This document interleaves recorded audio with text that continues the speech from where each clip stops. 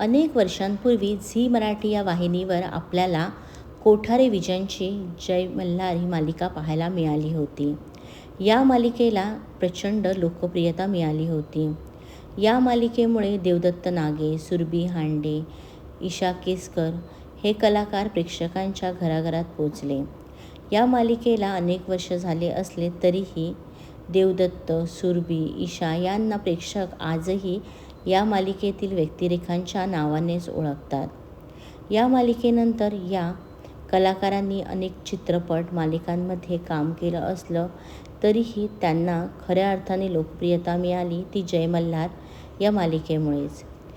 ईशा केसकरनी नुकतीच राजश्री मराठीला दिलेल्या मुलाखतीमध्ये जय मल्हार या मालिकेत काम करण्याचा तिचा अनुभव कसा होता, तसंच या मालिकेसाठी तिला किती मानधन मिळायचं याविषयी सांगितलं आहे.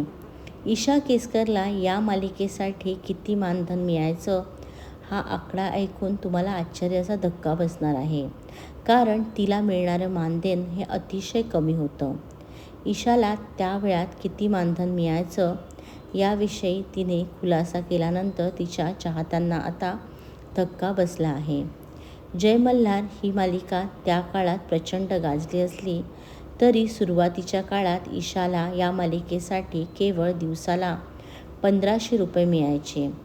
ती हे सगळे पैसे तिच्या आईवडिलांना पाठवायची आणि त्यातील काही पैसे आईवडील तिला तिच्या खर्चासाठी तसंच मुंबईत वास्तव्य करण्यासाठी देत असत.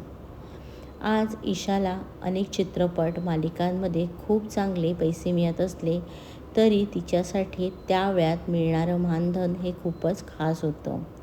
ईशासाठी ही मालिका तिच्या करिअरमधली खूप खास मालिका असल्याचं ती नक्कीच सांगते. ईशा आज अनेक चित्रपट, मालिका, वेबसिरीजमध्ये आपल्याला पाहायला मिळते.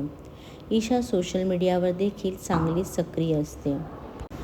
ती तिच्या आयुष्याविषयी, नवीन प्रोजेक्टविषयी तिच्या चाहत्यांना तिच्या सोशल मीडियाद्वारे सांगत असते.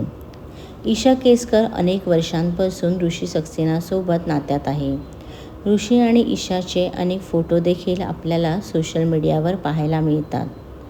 जय मल्हार या मालिकेला आज अनेक वर्ष झाले असले तरी या मालिकेतील सगळ्या कथा, व्यक्तिरेखा सगळ्यांच्या चांगल्या स्मरणात आहे. तुम्हाला जय मल्हार या मालिकेमधील सगळ्यात आवडती व्यक्तिरेखा कोणती होती, तसेच ईशाचे अभिनय तुम्हाला या मालिकेतील किती आवडायचा हे आम्हाला कमेंटद्वारे नक्कीच कळवा. आणि यांसारखे व्हिडिओ पाहण्यासाठी पीएसक्यूआर मराठीला सबस्क्राईब करा आणि आमचे व्हिडिओ लाईक आणि शेअर करा.